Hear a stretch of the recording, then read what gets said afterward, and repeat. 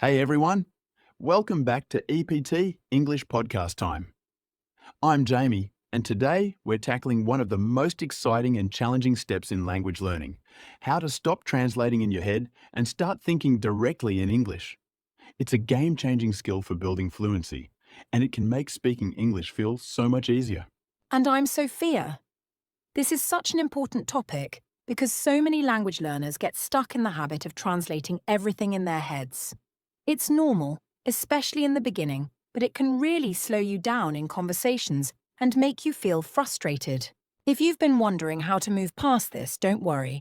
We've got practical tips that will help.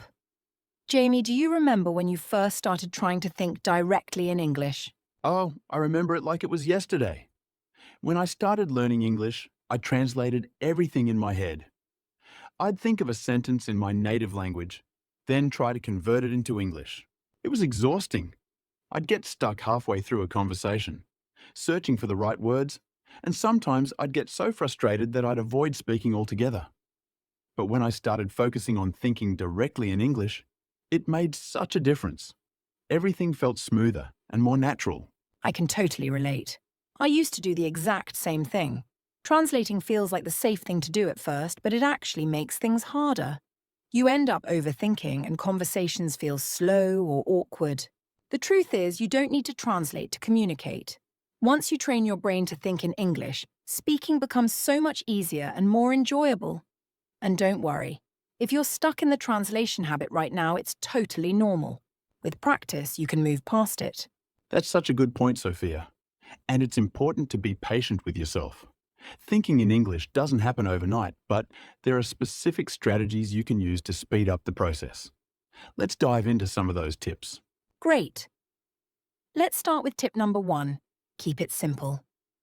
When you wake up in the morning, try thinking about your daily tasks in English. For example, say to yourself, "I'm getting out of bed," or "I'm making coffee." These simple thoughts help you build the habit without feeling overwhelmed. That's such a good starting point.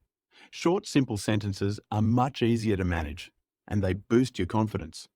And here's another great tip. Label the objects around you in English. For example, when you see a table, think table. When you see a door, think door. This trains your brain to connect English words directly to objects instead of translating from your native language. Yes, it's like creating a mental dictionary in English.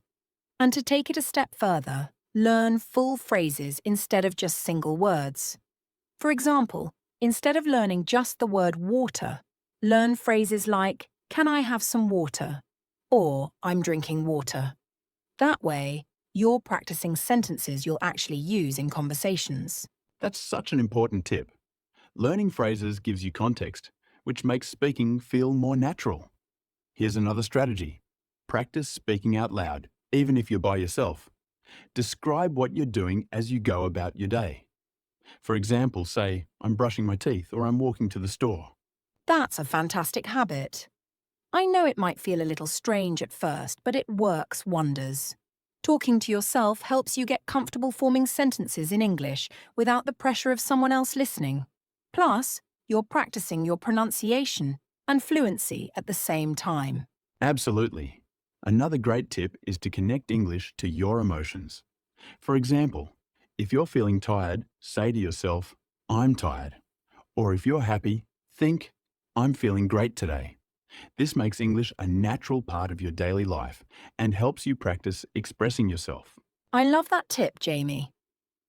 And here's another one. Use English while watching TV shows or movies. Start with subtitles in English if you need them, and try to follow along.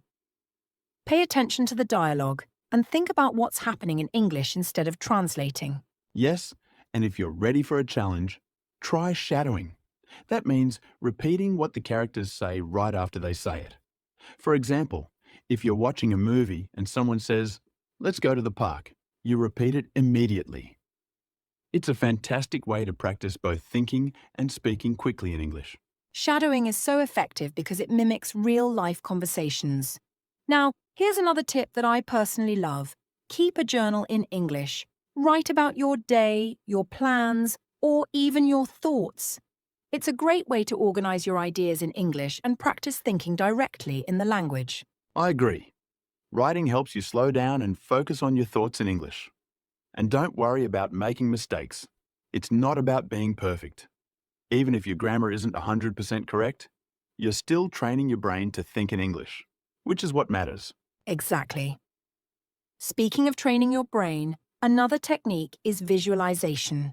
When you see something, like a tree, try to connect it directly to the English word tree instead of translating from your native language. That's such a simple but powerful exercise. Visualization helps your brain skip the translation step entirely. And here's another thing that works for me. Immerse yourself in English as much as possible. Listen to English podcasts, follow social media accounts in English, and read simple articles or blogs. Yes, immersion is so important. The more you surround yourself with English, the more natural it becomes. Over time, your brain will start thinking in English automatically, without you even realizing it. And don't forget to have fun with it. Learning a language doesn't have to feel like work all the time. Listen to English music, sing along to your favorite songs, or even play games in English. The more enjoyable it is, the more you'll want to practice. That's such a good point. Making practice fun keeps you motivated and helps you stay consistent. And here's one final tip. Be patient with yourself.